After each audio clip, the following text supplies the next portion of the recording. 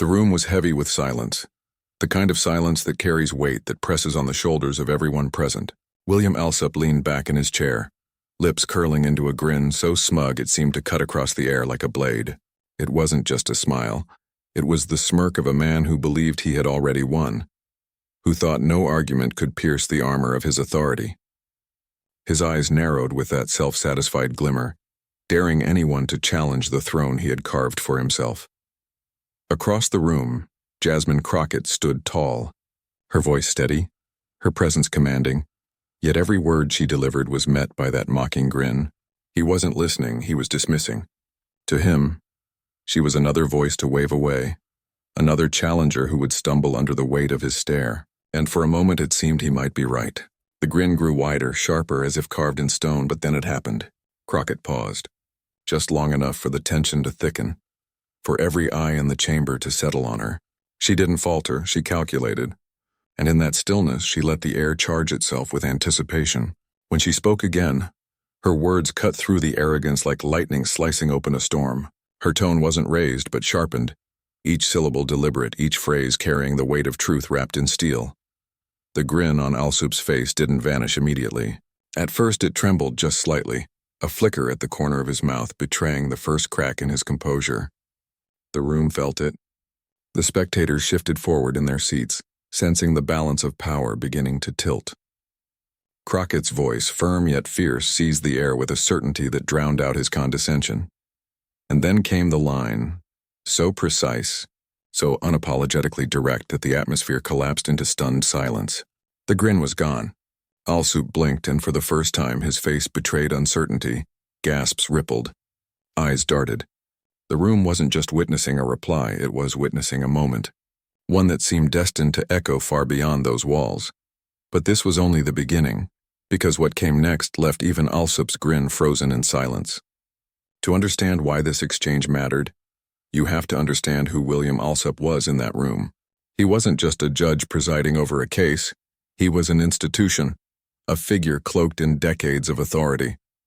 His words carried the gravity of rulings that shaped lives, his demeanor etched with the power of someone used to being unchallenged.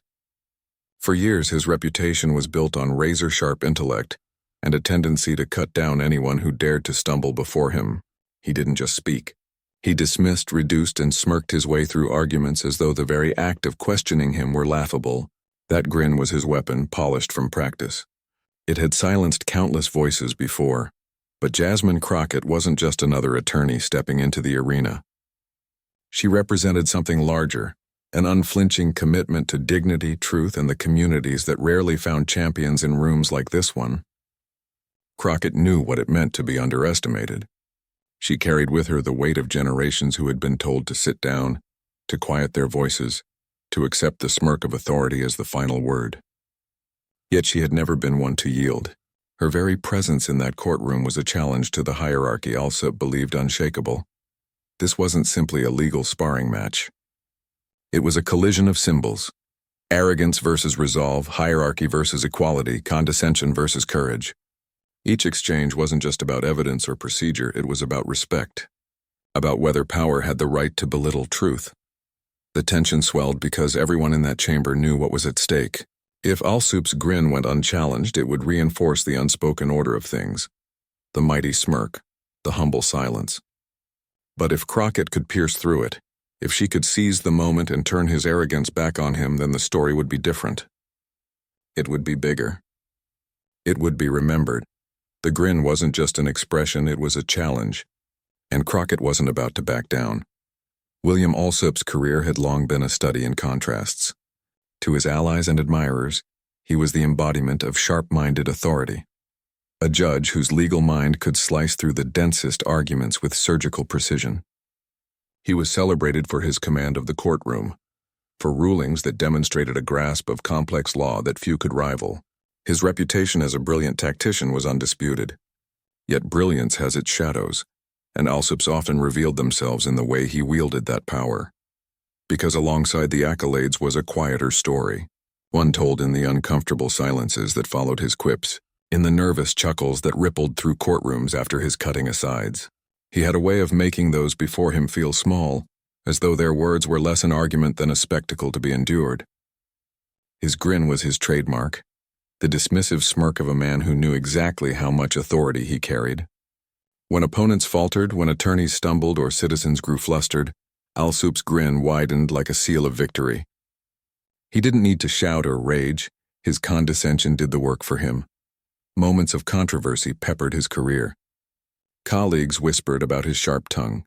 Journalists noted the edge in his public remarks, and more than a few litigants left his courtroom not merely defeated but humiliated. To Alsup, this was part of the game. The grin, the smirk, the subtle mockery. It reinforced the distance between him and everyone else in the room. It wasn't enough to win an argument. He had to remind you that you were beneath him while he did it. This is what made him both respected and resented. People could not deny his intellect, his command of law, his ability to dominate a courtroom without raising his voice. But they also could not ignore the way his presence diminished others.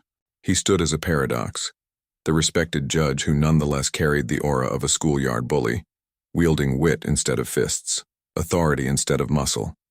He had silenced others before with that same grin. Young attorneys, seasoned professionals, even fellow judges had learned that once Alsup leaned back, smirked, and laced his words with sarcasm, the fight was already lost. It was a performance he had perfected over years, a ritual that left adversaries flustered, uncertain, and ultimately overpowered. But this time was different. This time, across the table stood someone who refused to shrink under that weight. Jasmine Crockett was not intimidated by titles or reputations. She had fought too hard, risen too far, and carried too much truth to let herself be reduced to a punchline. Alsup's grin, the same grin that had silenced so many before, was about to meet its match. Because in Crockett's fire, arrogance would finally find its reckoning. Jasmine Crockett's story was never one of shortcuts or easy victories.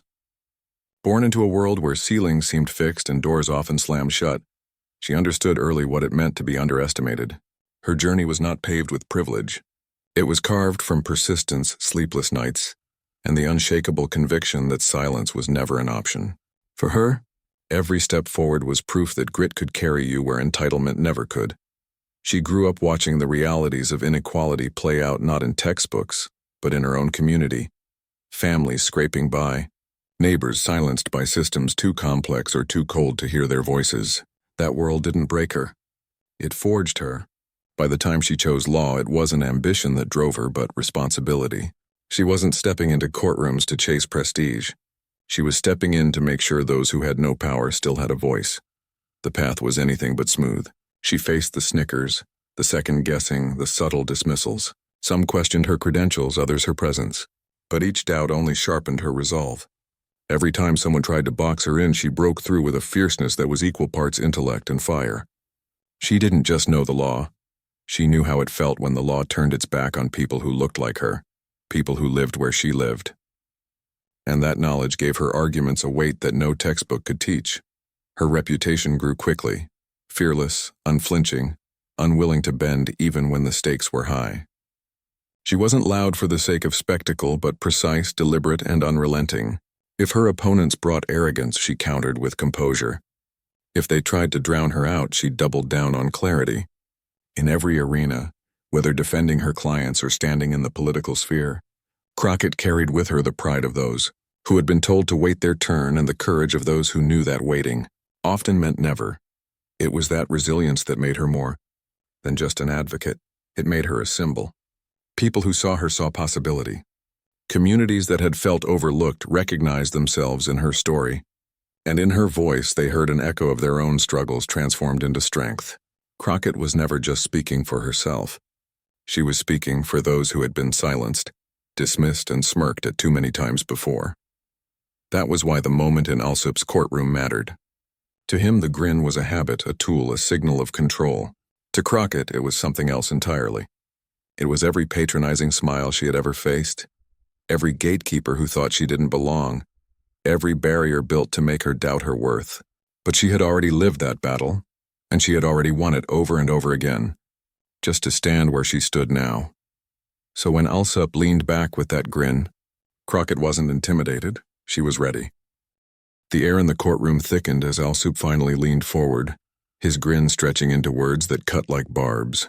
With a tone dipped in authority and condescension, he dismissed Crockett's argument as if it were little more than noise. His sentences carried the weight of practiced arrogance, each one sharpened to belittle rather than to engage. He didn't just disagree, he mocked, casting her points aside with the ease of someone who believed the debate was already beneath him. But Crockett did not flinch. She met his gaze with steady calm, her reply measured and precise. Every word she delivered pushed back against his smirk, stripping away the veneer of untouchable authority he wrapped himself in. She didn't match his sarcasm. She dismantled it with clarity, each counter-argument landing not as a rebuttal but as a reminder that arrogance is no substitute for truth. The tension in the chamber was electric. Spectators leaned forward, drawn into the duel unfolding before them. Each time Alsup tried to cut her down with another sneer or dismissive aside, Crockett answered with poise that grew sharper, fiercer. Her tone carried not only her argument but her conviction, as though she were channeling the weight of everyone who had ever stood in that room and been diminished by power. Alsup's smirk wavered. Just slightly, but it was enough to shift the energy. The courtroom began to sense what was happening, that this was no ordinary clash. This was a test of will, of presence, of who would own the silence between the words, and with every exchange, that silence was bending toward Crockett. The rhythm of the back and forth became a crescendo, arrogance colliding with unshakable confidence. Each remark from Alsup felt more forced, each reply from Crockett more certain.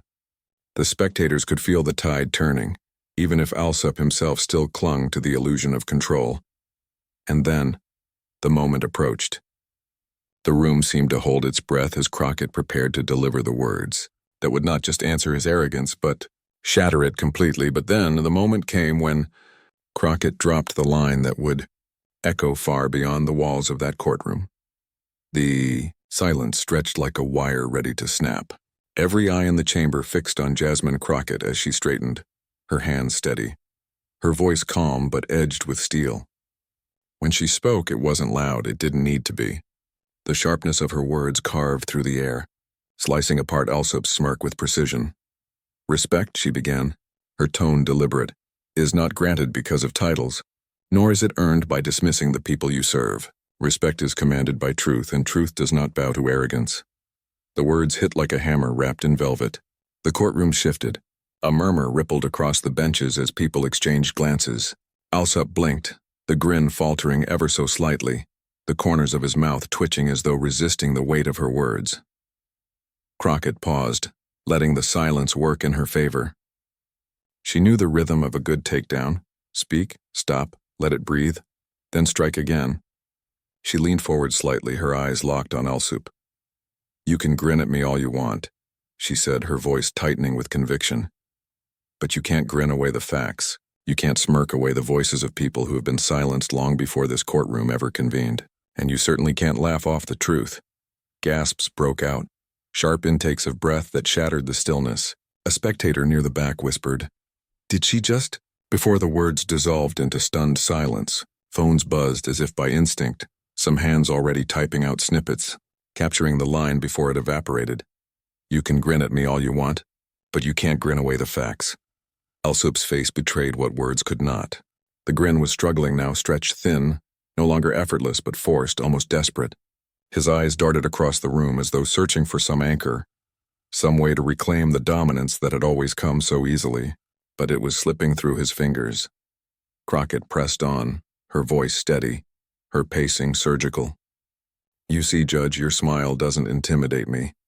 It reminds me of every time someone tried to tell me I wasn't enough, that I didn't belong, that I should sit down and stay quiet. And yet here I am, still standing, still speaking, still refusing to be silenced. That grin of yours?" She tilted her head just slightly, the hint of her own smile tugging at her lips. "It tells me you're not as certain as you'd like everyone to believe." The room erupted, not in chaos but in energy. A wave of low gasps, a hum of disbelief, even a stifled cheer from someone who quickly caught themselves. The atmosphere was electric, alive with the knowledge that something irreversible had just happened. On social media, had the moment been broadcast live, captions would already be exploding. Jasmine Crockett just dismantled Alsup's grin in real time. Memes of the frozen smirk would be circulating within minutes. tagged with lines like "Dask fax over Smirks" or "Else grin check." Even without cameras, the audience knew they were witnessing a moment destined for virality. Alsup shifted in his chair, his hand brushing at papers that no longer seemed to matter. For once, the authority in the room didn't rest with him. The smirk that had silenced so many before had lost its power. It was Crockett who held the silence now, commanding it, shaping it into proof that dignity always outlasts derision. Her final words landed with the weight of inevitability. "If the best you can bring to this debate is a grin, then you've already lost." The grin was gone. The authority that once wrapped around Alsup like a cloak now hung loose, threadbare, unraveling. His expression hardened, no longer smug but unsettled, exposed in a way few had ever seen. The room didn't need to applaud. The silence itself was thunderous enough, and in that silence it was clear. The balance of power had shifted for good. Alsup's grin was gone, but the real shock came in the hours that followed. The courtroom may have fallen silent in that instant, but the echo of Crockett's words did not stay confined within four walls. It spilled out, first as whispers, then as a steady buzz, and before long as a roar that reached far beyond the courthouse. The moment Alsup's grin cracked was too sharp, too symbolic, too satisfying to fade into obscurity. It was destined to spread. By the time spectators stepped outside, phones were already out, thumbs moving frantically. Even without cameras broadcasting live, details of Crockett's takedown were flooding timelines. Tweets popped up like sparks on dry grass. Crockett just shut down Alsup with one line. I swear the man's grin evaporated on the spot. Screenshots of hastily typed threads captured the tension, while hashtags began to form. Gunner grin check, fax over Smirks, or Crockett clapback. Within an hour, those hashtags trended across platforms. Memes exploded. Alsup's frozen grin photoshopped into ice sculptures, into cracked masks, into the before frame of a before and after collapse. Opposite those images, Crockett appeared as the after, poised, fiery, victorious. Someone paired her line with a caption in bold text, "You can grin at me all you want, but you can't grin away the facts," and within minutes, it became the internet's new rallying cry. Commentators leapt onto the moment. Progressive voices hailed it as a long overdue dismantling of arrogance cloaked in authority. News personalities dissected the exchange frame by frame, analyzing Alsup's smirk like it was the Zapruder film of condescension. "That's the exact second," one pundit declared, replaying the clip in slow motion. Where his confidence cracked, you can see the power shift in real time. And the praise for Crockett only grew louder. Civil rights advocates, activists, and celebrities amplified her words. A musician tweeted, "This is more than a courtroom clapback. It's a lesson. Respect isn't owed to titles. It's earned through truth." An actress posted a black and white photo of Crockett with the caption, "Our voices don't bow, not anymore." Even political figures who had never spoken her name before rushed to ride the wave, praising her courage, her composure, her unwillingness to bend. Meanwhile, Alsup became the internet's punchline. That grin, once his trademark of control, was now weaponized against him. TikTok creators looped his expression and set it to soundtracks of collapsing glass, record scratches, or the famous bruh sound. Twitter threads chronicled his history of arrogance and laced it with mockery. All those years of grinning people into silence, until Jasmine Crockett walked in. For Crockett, the aftermath was more than applause. It was validation. Validation not just of her skill in the courtroom, but of everything her career stood for. Dignity over arrogance, truth over mockery, justice over intimidation. People who had never met her now claimed her as their voice, their fighter, their champion. In living rooms, classrooms, and community centers, her words replayed as proof that someone could stand tall against belittlement and win. The ripple effects reached those who had long been overlooked. Immigrants, women, and young professionals flooded social media with personal reflections. "I've seen that grin before," one post read. From teachers, bosses, officials who thought I didn't belong. "Seeing Crockett dismantle it piece by piece? That's healing." Another wrote, "She wasn't just arguing a case, she was arguing for all of us who've been smirked at and dismissed. That's why this moment matters." Commentators called it a turning point, not because Alsup was unique, but because he was ordinary in his arrogance, and Crockett exposed that ordinariness for what it was. She showed the world how fragile the facade of superiority can be when confronted by truth, spoken with conviction. Even days later, the momentum refused to die down. Clips and quotes continued to circulate, now embedded into speeches, think pieces, and late-night monologues. A comedian quipped, Alsup tried to smile his way through, but Crockett turned that grin into his obituary. The audience erupted with laughter, not just at the joke, but at the shared recognition of what had happened. The power of the moment lay not only in Crockett's words but in the resonance they created. They became more than a rebuttal. They became a symbol, one that ordinary people could carry into their own battles. In every workplace smirk, every condescending laugh, every patronizing dismissal, people now saw Alsup's grin, and in their own replies they heard echoes of Crockett's voice. What began as one fierce reply had now become a rallying cry. The courtroom had emptied, but the weight of what had transpired lingered like a storm cloud refusing to pass. Jasmine Crockett did not bask in victory. She did not need to. Her triumph was quiet but unmistakable, rooted not in arrogance but in the enduring strength of truth and dignity. She had done more than silence a smirk. She had reframed the entire encounter as a lesson, a moral compass for anyone who had ever been belittled, dismissed, or underestimated. In that instant, the drama of the courtroom became a mirror of the wider world. Power often wore a mask of superiority, smirks and sneers signaling to the marginalized that their voices were secondary, that their truths were negotiable. Alsup's grin had been one such mask, honed over decades to intimidate, to assert dominance without having to justify it. But Crockett had revealed something far more potent than his practiced arrogance: dignity. Calm, unyielding, and informed, her response had demonstrated that respect is never owed simply because someone possesses a title or authority. It must be commanded, earned through honesty, courage, and the unwavering commitment to speak the truth. Crockett's words carried resonance beyond the legal arguments they settled. They spoke to anyone who had ever felt small in the presence of a larger, more imposing figure, anyone who had been silenced, mocked, or diminished. Her victory was symbolic, a reminder that confidence backed by integrity outweighs intimidation every time. She showed that courage does not always roar, but it always leaves a mark. And when truth meets arrogance without fear, the outcome is not merely a win for one person, it becomes a turning point for everyone watching. The ripple of her stand extended into the ideals that define civic life. Justice is not simply the outcome of laws or rulings. It is the recognition that every voice carries weight, that fairness requires the dismantling of pretension, and that true authority never fears challenge. Crockett embodied these principles, demonstrating that service and representation are not abstract ideals. They are actionable, tangible, and most powerful when defended fearlessly.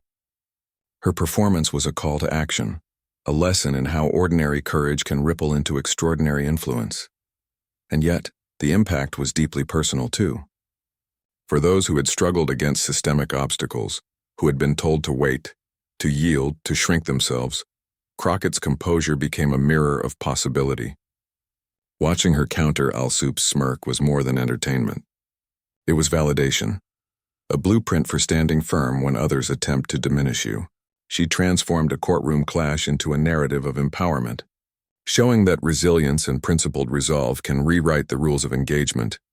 As the applause, both spoken and unspoken, echoed in the halls beyond the chambers, the lesson crystallized. Respect is not a gift, nor is it conditional upon conformity. It is not something to request, negotiate, or beg for. It is commanded by truth, sustained by courage, and reinforced by those who refuse to bow to arrogance. Crockett's moment was not merely a rebuttal of a smirk. It was a demonstration of enduring principles, a testament to what is possible when someone chooses to act with integrity in the face of derision. Because in that courtroom, Crockett didn't just shut down Alsup. She reminded America that respect is not requested. It is commanded by truth. The story began with a grin, Alsup's signature smirk, the symbol of dismissive authority, arrogance cloaked in calm confidence. It ended with a reply so sharp, so fearless, that it shattered the illusion of untouchable dominance. Jasmine Crockett's words became more than a courtroom comeback. They became a testament to courage, dignity, and the enduring power of truth. A single line delivered with precision and conviction reverberated far beyond the chamber, leaving a mark on everyone who witnessed it, and on countless more who heard of it afterward. Moments like these remind us why it matters who stands up, who refuses to shrink, and who channels resilience into action. Crockett didn't just respond. She exemplified the values that fuel justice, the ideals that inspire change, and the unwavering principle that arrogance cannot silence integrity. Her fierce reply is now etched into the story of accountability, one that challenges all of us to refuse complacency when confronted with condescension, mockery, or dismissal. This is your moment to carry that energy forward. Share this story with someone who needs to see that courage has a voice. Subscribe to follow more moments where dignity confronts power, where the truth triumphs over smirks and sneers. Stand up in your own life and your own communities. And remember that silence is not always golden. Sometimes it is the space where injustice thrives. The courtroom has emptied. The voices have dispersed, but the lesson remains. The grin may have faded, but the echo of Crockett's reply still lingers. It challenges, it inspires, and it reminds us all that respect is not granted lightly. It is claimed by those brave enough to speak truth with unwavering conviction.